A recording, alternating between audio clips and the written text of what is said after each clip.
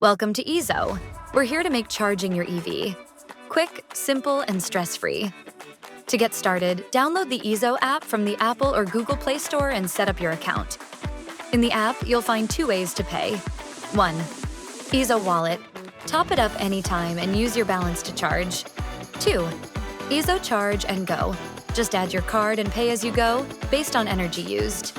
Using our Tritium RTM, you've got 4 easy options via the app. We always recommend that you plug in the charger first, then open the app, tap on Map and select Charger. Select the charger and connector. Tap Select and charging will commence. When finished, open the app, stop the session, and unplug your EV with a credit or debit card. Plug in the charger.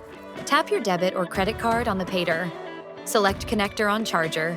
Charging will commence. To stop, press the Stop button on the charger besides the screen. Tap debit or credit card again. Unplug your EV via QR code. Plug in the charger.